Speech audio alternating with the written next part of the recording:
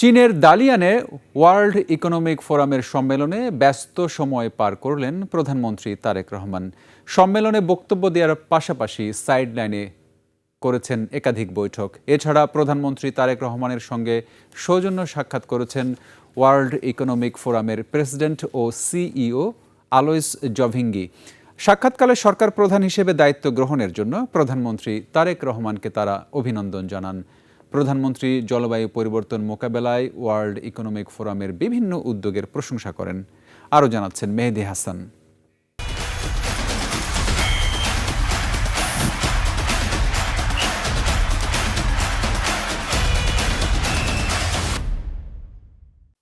Malaysia সফর শেষে সোমবারই চীনের ডালিয়ানে পৌঁছান প্রধানমন্ত্রী তারেক রহমান। লিয়াওনিং প্রদেশের ভাইস গভর্নর, ঢাকায় নিযুক্ত চীনের রাষ্ট্রদূত সহ দেশটির ঊর্ধ্বতন কর্মকর্তারা এ সময় বাংলাদেশের প্রধানমন্ত্রীকে স্বাগত জানান। ডালিয়ানে প্রধানমন্ত্রীর মঙ্গলবারের সকালটা শুরু হয় ব্যস্ততা দিয়েই। ওয়ার্ল্ড ইকোনমিক ফোরামের সম্মেলনে অংশ নেন তিনি।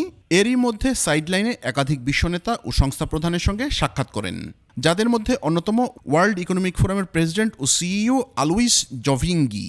ওয়ার্ল্ড ইকোনমিক ফোরামের প্রেসিডেন্ট এবং সিইও আলোইস জুইঙ্গি আজকে মাননীয় প্রধানমন্ত্রীর সাথে একটি সৌজন্য সাক্ষাৎ করেছেন। সেখানে বাংলাদেশের গণতান্ত্রিক সরকার কিভাবে বিনিয়োগ বৃদ্ধি করতে পারে, কিভাবে কর্মসংস্থান সৃষ্টি করতে পারে, কিভাবে দেশের মানুষের অগ্রযাত্রার পথকে আরও ধাবিত করা যায়, এগুলি নিয়ে তাদের বিশদ আলোচনা হয়েছে।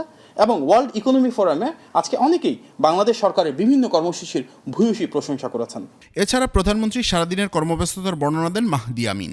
মাননীয় প্রধানমন্ত্রী ওয়ার্ল্ড ইকোনমিক ফোরামের climate leadership in a shifting global landscape নামক সেশনে বক্তব্য রেখেছেন।